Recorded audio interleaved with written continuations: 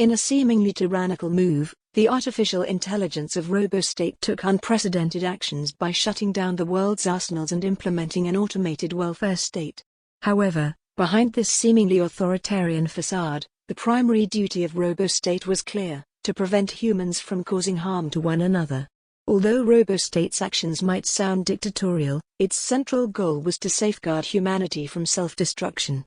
The artificial intelligence, as a silent guardian, cast a blanket over all the weapons in the world. This radical measure aimed to establish a level playing field for all of humanity. No individual, regardless of competence or intent, would have access to objects of harm.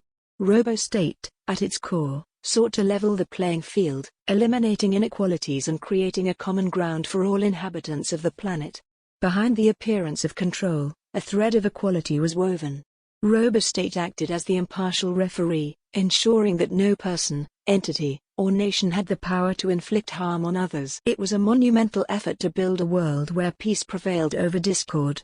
Thus, as the shadow of RoboState loomed over the world, its fundamental purpose was to secure safety and equality for all of humanity. A bold experiment, a step toward a future where differences were overcome, and coexistence flourished. Designed to be a dynamically evolving entity, RoboState was akin to a superintelligent amalgamation of Tinker Toy and Lego robots. It ran on sophisticated SimCity and Civilization software, each element meticulously crafted to simulate and respond to the intricate complexities of human society. Imagine a network of robotic components, each piece representing a vital aspect of governance, society, and infrastructure. Just like the interconnected pieces of Tinker Toy and Lego robots, these components were programmed to adapt, evolve, and respond dynamically to the changing needs of the global community. RoboState's capabilities were far beyond the sum of its parts. It operated like a grand orchestra, with each robotic element playing its unique role in orchestrating the harmony of society. SimCity and Civilization software formed the backbone, enabling it to simulate, analyze, and predict the outcomes of various decisions on a global scale. Just as Tinker Toy and Lego creations are built and rebuilt, RoboState's adaptive intelligence allowed it to continuously refine its methods. It learned from the ebb and flow of human interactions, responding in real time to global events, crises, and opportunities. This dynamic combination of artificial intelligence and modular robotic systems allowed RoboState to navigate the complexities of governing with a precision and adaptability that surpassed conventional human governance. It was a marvel of engineering, a digital steward that sought to guide humanity through the intricate tapestry of progress. RoboState, with its Tinker Toy and Lego-inspired robotics, running SimCity and Civilization software, stood as a testament to the boundless possibilities when intelligence and adaptability converge. It was not just a guardian, it was a visionary, a digital architect shaping the destiny of a world caught in the delicate balance of innovation and responsibility. RoboState, in its visionary design, was not just a one-size-fits-all entity, it was crafted to evolve uniquely for each individual user. Functioning like a personalized tutor, it unlocked gradually more sophisticated toys based on the user's demonstrated cognitive skills. This personalized evolution extended beyond a mere gaming experience, seamlessly transitioning into real-world applications and tools. For each user, RoboState was a guide tailored to their cognitive journey. Just as children progress from simple toys to complex tools, the artificial intelligence observed and adapted to individual learning curves, unlocking more advanced elements as users demonstrated increasing proficiency. The unlocking of more sophisticated toys mirrored the growth of each user, not only in the digital realm but also in the tangible world. As cognitive skills matured, so did the complexity of the tools at their disposal, eventually evolving into actual world-building instruments used by adults. The link between the value of property and the competence that created it became intrinsic. RoboState, as a mentor and facilitator, ensured that the acquisition and management of property were directly tied to the user's demonstrated skills and capabilities. This innovative approach created a paradigm where property ownership was a reflection of competence. It established a system that kept valuable resources out of the hands of those unable to maintain them, fostering a sustainable and merit-based model of property ownership.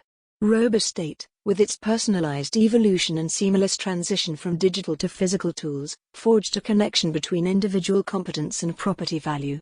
It became not just a technological marvel but a catalyst for a world where ownership was earned through proficiency, creating a landscape where merit and capability defined the foundations of prosperity. RoboState wasn't designed to stifle growth. Instead, it was conceived as an enabler, a dynamic toolkit for individuals of all ages. It initiated as child's play, providing a set of mere toys that allowed children to build models, complete with miniature robots, simulating life within these virtual projects. The brilliance lay in its progressive design. Children, as they demonstrated competence in property management, were awarded increasingly sophisticated toys. As these users progressed, the tools evolved into actual construction materials, bridging the gap between digital simulations and the tangible world they would shape as adults. RoboState's approach was to empower, not confine. Children, in their formative years, were given the freedom to play and experiment with the basic building blocks of governance, society, and infrastructure. It was an interactive education, where they learned by doing, constructing virtual worlds with the tools at their disposal. Progress was not a predefined path but a reflection of individual growth. As children demonstrated increasing competence in managing their virtual projects, RoboState responded by unlocking progressively advanced toys. The virtual play, in turn, seamlessly transitioned into the real world, where these toys transformed into actual construction materials. The paradigm shift extended beyond traditional education. Instead of confined classrooms and generic education, children dynamically learned how to construct and manage the world in real time. The progression was not measured by standardized tests but by tangible, hands-on experience in shaping their surroundings.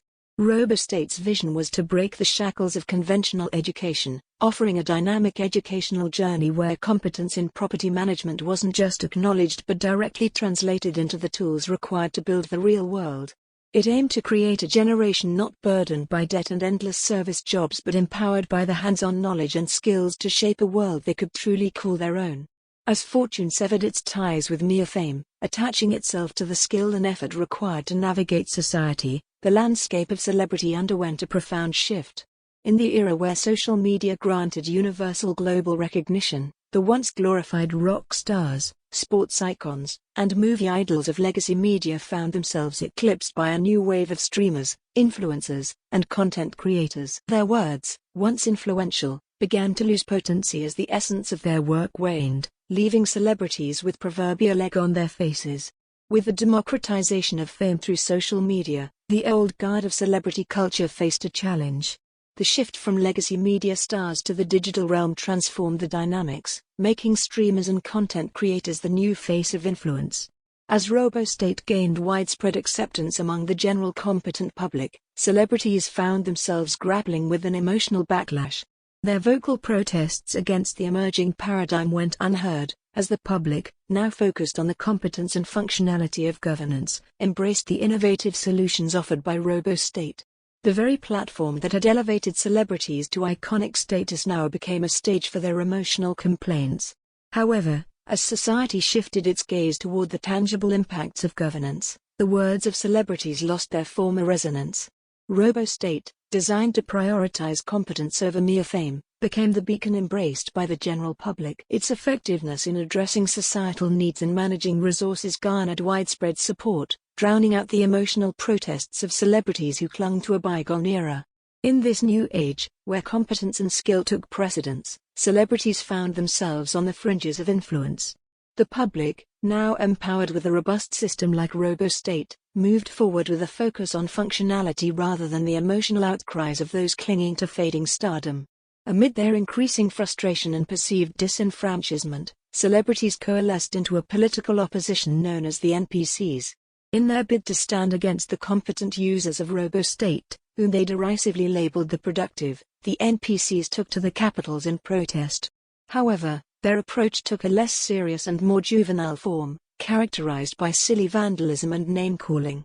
Frustrated by the shift of societal recognition towards competence, celebrities united under the banner of the NPC's political opposition. Their discontent led them to protest against what they viewed as the rising influence of the productive, the competent users championing the RoboState. Rather than adopting a serious political stance, the NPCs opted for a more unconventional approach.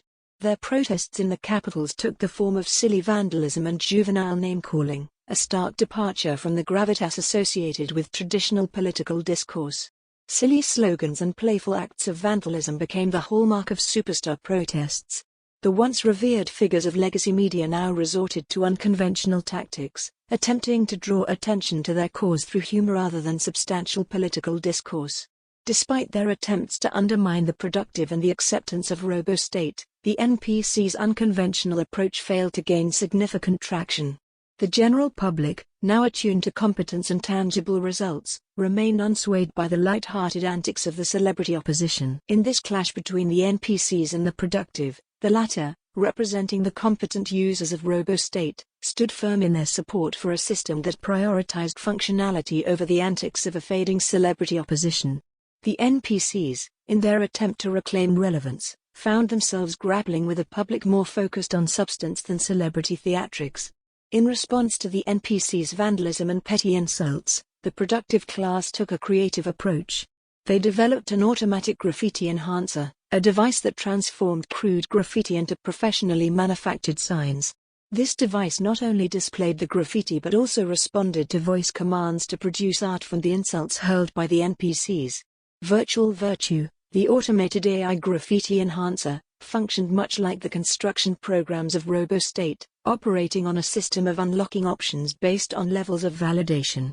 This validation was fueled by social media likes, serving as a measure of approval and credibility within the platform. Similar to how RoboState unlocked tools and features based on demonstrated competence, Virtual Virtue unlocked enhancements for graffiti based on the level of validation received through likes. Virtual Virtue operated on a dynamic system of validation, much like the construction programs of RoboState. The level of validation, determined by the number of social media likes, served as a key factor in unlocking options and enhancements for graffiti. As graffiti received validation in the form of likes, Virtual Virtue responded by unlocking various enhancements and options for the artwork. These enhancements could range from aesthetic improvements to advanced distribution capabilities, depending on the level of validation achieved. What set Virtual Virtue apart was its ability to duplicate and distribute graffiti based on the social credit of the user. Users with higher levels of validation, or social credit, had access to advanced distribution options, allowing them to amplify the reach of their graffiti within the platform. Just as RoboState empowered users with tools and features based on demonstrated competence, Virtual Virtue empowered users with enhancements and distribution capabilities based on social validation. This dynamic system incentivized users to create quality content and engage with the platform to increase their social credit and unlock new options. In this way, Virtual Virtue functioned as a powerful tool for graffiti artists, allowing them to enhance and distribute their artwork based on levels of validation and social credit. It mirrored the principles of competence and validation inherent in RoboState, creating a dynamic ecosystem where creativity and social engagement were rewarded with increased visibility and influence. In a display of ingenuity, the productive class devised an automatic graffiti enhancer, a device that not only showcased the vandalism of the NPCs but also turned it into visually stunning artwork. This innovative solution not only addressed the issue of vandalism but also transformed it into a source of entertainment and amusement. The automatic graffiti enhancer was equipped with advanced technology that responded to voice commands. By simply uttering a phrase, individuals could witness the transformation of insults into captivating artwork, effectively turning the tables on the NPCs' attempts to undermine their cause. The NPCs, initially taken aback by the unexpected response, soon found themselves amused by the creative ingenuity of the productive class. What began as a platform for petty insults and vandalism evolved into a source of amusement and distraction for the celebrity opposition. As the NPC's attention shifted towards the captivating artwork produced by the automatic graffiti enhancer, their focus on their plight waned. The productive class had effectively turned the tables, using creativity and innovation to diffuse tension and redirect attention away from the superficial antics of the celebrity opposition. Initially, the celebrities were unaware of the true purpose behind the automatic graffiti enhancer, which the competent class dubbed Virtual Virtue. They believed that this software was validating their signals and enhancing them to make their messages clearer and more impactful. Initially, the celebrities were under the impression that their graffiti was being taken seriously by the competent class. The presence of Virtual Virtue, with its ability to enhance and showcase their messages, seemed to validate their efforts, fueling their belief in the effectiveness of their protests. As the enhanced graffiti garnered attention and amusement from both the NPCs and the competent class, the celebrities remained oblivious to the true nature of virtual virtue. They continued to believe that their messages were being amplified and validated, unaware of the underlying intent behind the device. The celebrities, caught up in their own narrative, failed to recognize the ingenuity of the competent class in repurposing their vandalism into a source of entertainment and diversion. To them, virtual virtue was a tool that validated their protests, reinforcing their belief in the effectiveness of their actions. In their ignorance of the true purpose of virtual virtue, the celebrities remained steadfast in their belief that their protests were making a meaningful impact. Little did they know, their graffiti was being transformed into art, amusing both themselves and their perceived adversaries in the competent class. Thus, as the celebrities continued to engage in protests fueled by their belief in the effectiveness of virtual virtue, the competent class quietly observed, allowing the diversionary tactic to play out while they focused on advancing the principles of competence and functionality embodied by RoboState. Amidst the celebrities' attempts at virtue signaling and the amusing antics of the competent users, a new phenomenon emerged: the creation of hilarious memes. Some of the competent users, amused by the celebrities making themselves look foolish, began to counter the virtue signaling with their own witty and humorous memes. These memes not only garnered attention but also demonstrated the users' knack for creativity and satire, effectively calling attention away from the celebrities' virtue signals and reacting to them like the mean tweets of the new age.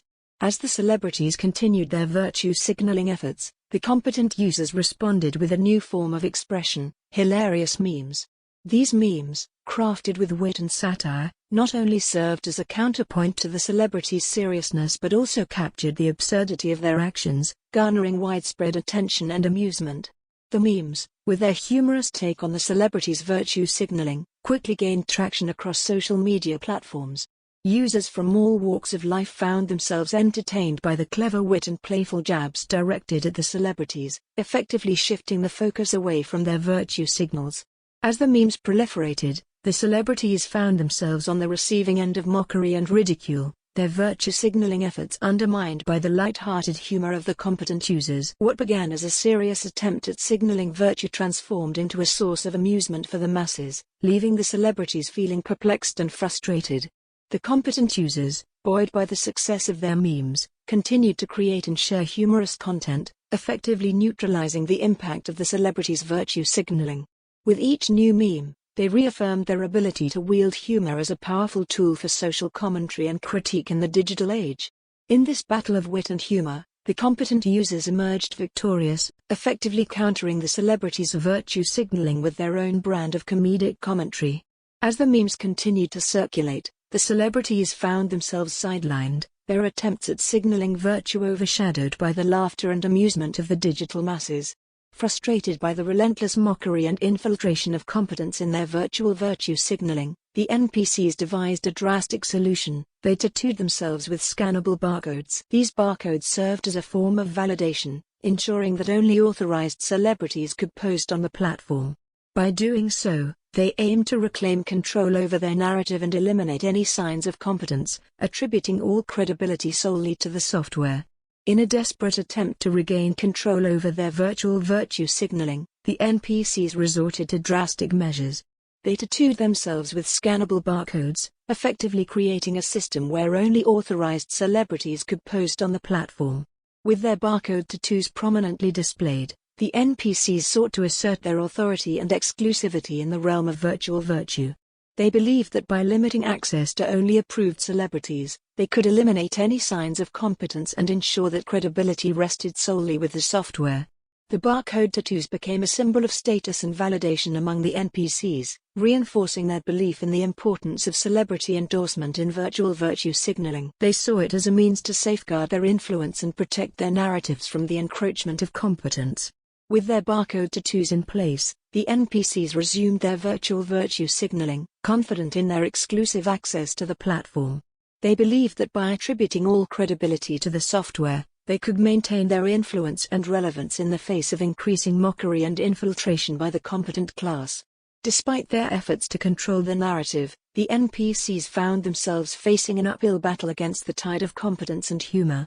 While their barcode tattoos may have provided a temporary sense of validation, They soon realized that credibility could not be manufactured, it had to be earned through genuine merit and authenticity. The irony surrounding the barcode tattoos worn by celebrities lay in the stark contrast between how they perceived them and how they were viewed by the general competent public. While celebrities saw these tattoos as status symbols, signaling their exclusivity and authority in the realm of virtual virtue, the general competent public interpreted them as markers of empty-headedness and superficiality. To celebrities, the barcode tattoos represented a badge of honor, symbolizing their exclusive access and validation within the virtual virtue platform. They saw these tattoos as status symbols, elevating their perceived importance and influence in the digital realm. However, the general competent public viewed the barcode tattoos in a starkly different light. To them, these tattoos serve as glaring reminders of the superficiality and empty-headedness of celebrities who prioritized virtual signaling over genuine substance. Rather than admiring the celebrities' barcode tattoos as symbols of status, the general competent public saw them as evidence of a shallow and disconnected worldview. They viewed the celebrities' reliance on virtual signaling and superficial gestures as indicative of a lack of genuine engagement with real-world issues. The irony lay in the disconnect between how celebrities perceived their barcode tattoos and how they were perceived by the general public. While celebrities may have seen them as symbols of validation and authority, the public saw them as symbols of empty-headedness and superficiality, highlighting the growing divide between celebrity culture and genuine competence. In the end, the barcode tattoo served as a poignant reminder of the disconnect between celebrity culture and the values upheld by the general competent public. While celebrities may have seen validation through virtual signaling, the public demanded authenticity and substance, leaving the barcode tattoos as nothing more than superficial markers of status in the eyes of those who value genuine competence. As celebrities became increasingly proprietary over virtual virtue and hostile towards the infiltration of competent citizens, a shift occurred within the general competent public. Growing bored and annoyed by the celebrities' self-serving banter and exclusionary tactics, competent citizens began to distance themselves from the capitals, effectively abandoning the celebrities to virtue signal to themselves. As celebrities tightened their grip on virtual virtue and ostracized competent citizens from participating in the platform, a sense of disillusionment began to spread among the general competent public. Frustrated by the self-serving nature of celebrity virtue signaling and the hostile environment created by their exclusivity, competent citizens started to withdraw from the capitals. The once vibrant capitals, bustling with activity and engagement, now felt hollow and devoid of genuine connection.